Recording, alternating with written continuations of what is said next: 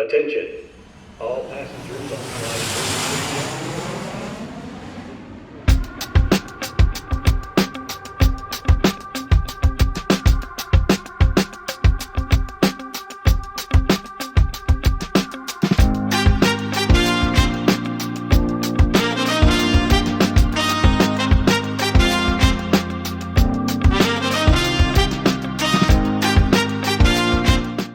While we hover around Lisbon Airport, this is version 2 from MK Studios.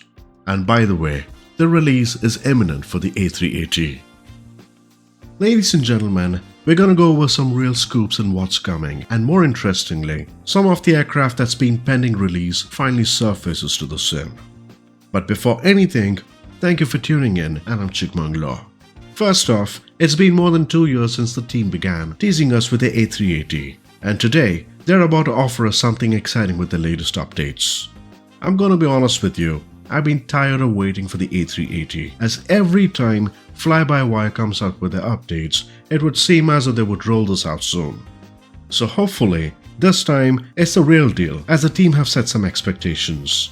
An open alpha launch. There's no release date yet, but the aircraft will launch an evolving open alpha version that's similar to the A320. It's going to be an operational flight. That means it's usable from A to B flights on VATSIM, but with ongoing feature development to enhance realism. Now, if there's shared system requirements, that gives us a good picture that the model is getting prepped for alpha. Yes, it's a complex aircraft, and we're expected to see a quarter less of a performance when compared to the fully finished A320, and this makes sense due to the new build. Now, the top features from what we gather, especially with advanced systems, would be custom FMS, AR-INC 424 support, detailed flight displays, and electronic checklists. Now, unique features include brake to vacate, which is BTV, runway overrun protection, advanced airport navigation, and tilting landing gear. Also, a companion FlyPad OS that manages throttle calibration, payload, refueling, and ground services. Now, with a new build like this, we should expect limitations, especially with INOP systems, where some systems may be non-functional initially, but with plans to reduce this over time once development gets more coverage. And if you're wondering about the 2024 version, there's no dedicated version at launch, but the aircraft may work with updates after testing, so something to note.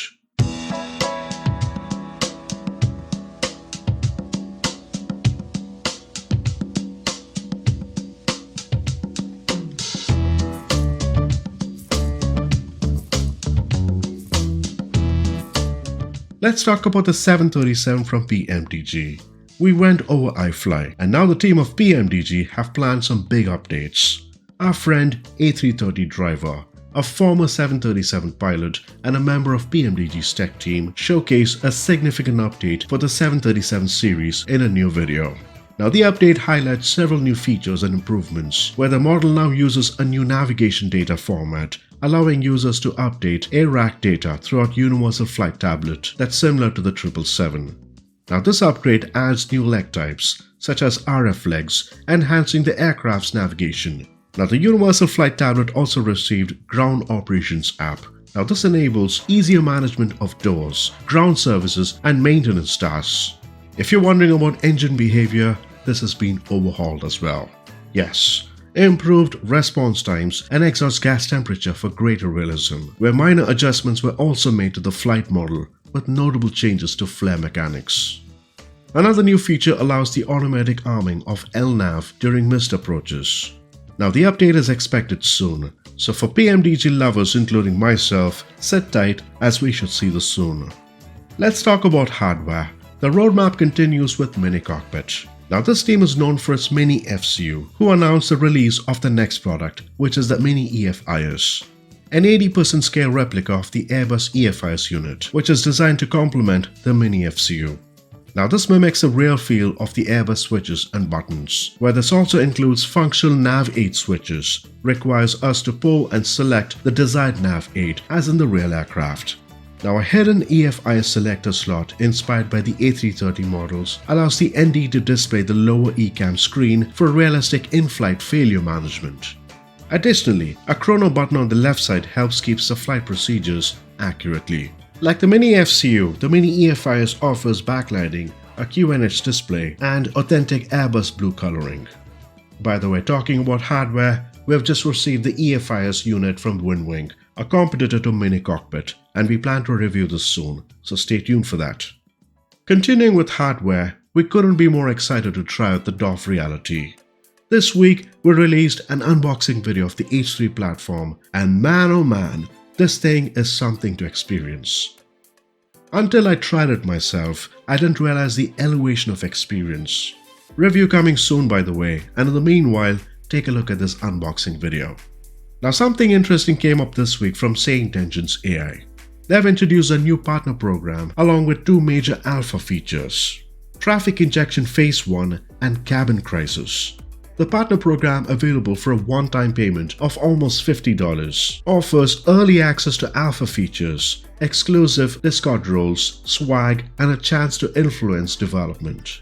Now, Traffic Injection Phase 1 enhances realism by integrating live air traffic with ATC coordination and dynamic flight patterns, with future phases adding ground traffic and VFR sequencing.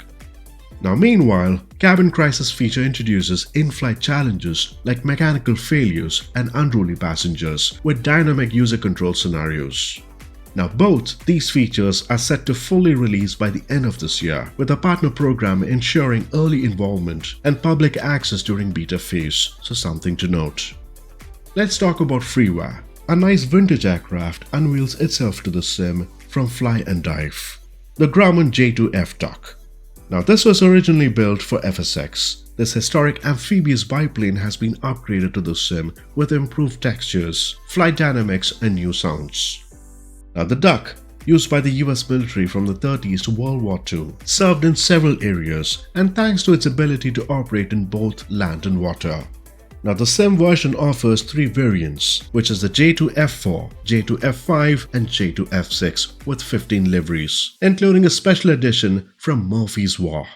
Now, key upgrades include enhanced systems, ADF radios, new animations, and an improved engine configuration. And all you need to do is hit the download button and install it by placing it in your community folder. How many things did we go over today? From freeware to hardware to news about aircraft, including major airliners coming, and so much more. What are you most excited today about? Drop your thoughts in the comments below. Do subscribe to get notified in the future. And until next time, bye-bye for now.